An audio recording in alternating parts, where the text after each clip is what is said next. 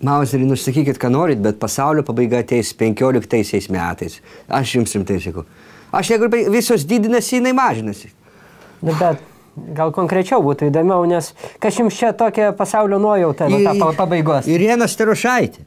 Irena Starošaitė. Kai visos nori pasididinti papus, jinai nori pasimažinti. Ir mažinasi. Visos pasaulio moteris dirba sunkiai viršvalandžius, kad galėtų leisti savo pasididinti papus, o šita va prekys sistemai mažinasi. Ne, čia yra jau kažkoks išpindėjusių žvaigždžių degradacijos, taip sakant, stadija. Įsidirbinėjimas. Įsidirbinėjimas. Bet žinokit, jūs čia neteisus esate, nes kaip per didelės krūtį, žinokit, sunku gyventi yra. O kam dabar gyventi lengva? Kai Dievas žmogų lipdo, jis klaidų nedaro. Jeigu, reiškiasi, vienoje vietoje Irenai atseikėjo kažką didelio, tai reiškiasi, taip turi ir būti. O tai reiškiasi, ką mes dabar turim. Ateina, reiškiasi, profesorius daktaras Vitkus ir čakšt pamažina. Kitaip sakant, revizuoja viešpaties darbus. Ne. Aš suprantu, kai padidina. Tai reiškiasi, gaunasi, kad Dievas gal pamiršo, nedadarė ten iki galo, gal užimtas buvo. Tai čia tvarkoj. Bet čia pamažinti. Čia yra išpindėjimas. Ir aš žinau, dėl ko tai vyksta.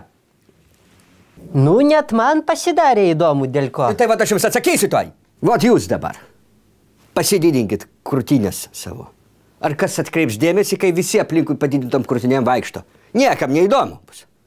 O jūs va dabar susimažinkit, tai čia ohoho kažkas tokio netikėto, visiems labai įdomu paliks. Kodėl čia dabar visi didinasi, o Starošaitė, taigi susimažino. Ir sirikiuoja eiliai pas ją visi žurnalistai, nuo žmonių iki ūkininko patarėjo. Ir nuo iki irgi eiliai stovi su mikrofonais kiša, kaip susimažino, kiek susimažino, kodėl susimažino, kas liko po susimažinimo, kur padėjo papų perteklių, ar žvagulis nesupyko, kaip sureagavo, ar neištiko apopleksijos priepuolis. Žodžiu, kalbu 2 metams į priekį dabar, po to susimažinimo. Tai skaitot, kad viskas dėl dėmesio, ane? O tai dėl kogi dar? Pamatysite, ateis nauja mada ir Zvonkė liks be papų ir Oksanočka. Ir šita Šaudikytė 2 kartus susimažins. O kam 2 kart? Tai žurnalistai parašys 2 kart. Reikia ir mums, aš skaitau, ką nors susimažinti, kad į mums dėmesį atkreiptų.